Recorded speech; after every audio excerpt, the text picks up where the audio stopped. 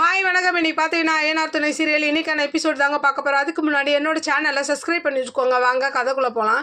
இப்போ பார்த்தீங்கன்னா ஒரு வழியாக அனீஷோட வீட்டுக்கு இவங்க 3 பேருமே வந்துடுறாங்க. அப்போ என்ன பண்ணுறாங்க, இந்த மாதிரி பொண்ணு கேட்குறாங்க. அவர் வந்து கட்டி கொடுக்க மாட்டேன் அப்படின்ற மாதிரி அனீஷ் அவங்க அப்பா சொல்கிறாரு. சோழன் ஆகட்டும் சேரன் ஆகட்டும் எவ்வளோ பேசி பார்க்குறாங்க, ஒத்துக்கல. நீலா கூட அவங்க அம்மா கிட்ட போய் பேசி பார்க்குறாங்க. சந்தா அவங்க அம்மா கிட்ட அவங்க அப்போ கூட ஒத்துக்க மாட்டுறாங்க.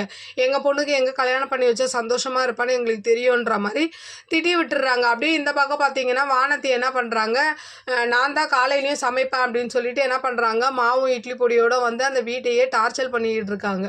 அப்படியே இந்த சைடு வந்து என்ன ஆகுதுன்னா, இந்த மாதிரி பேச்சுவார்த்தை நடத்துனதில் அவங்க என்ன பண்ணுறாங்கன்னா, சேரனுக்கு வந்து கட்டியே கொடுக்க மாட்டேன், ஏன்னா அவரும் இதே மாதிரி மேஸ்திரி வேலை தானே பார்க்குறாரு, அவங்களுக்குலாம் நான் கட்டி கொடுக்க மாட்டேன்னு சொல்ல சோழன் என்ன பண்ணுறாரு, அப்போ எங்கள் அண்ணனுக்கு கட்டி கொடுக்கணுன்னா என்ன, நான் வந்து 25 லட்சம் பணமும் 30 சவர நகையும் எங்கள் அண்ணன் சந்தாக்கு போடுவார், அப்படியா இருந்தாலும் நீங்கள் கட்டி கொடுப்பீங்களான்னு கேட்க அவங்க சந்தா அப்பா என்ன சொல்கிறாருன்னா ஒத்துக்கிறாரு. சரிண்ணா அப்படின்ற மாதிரி ஒத்துக்கிறாரு.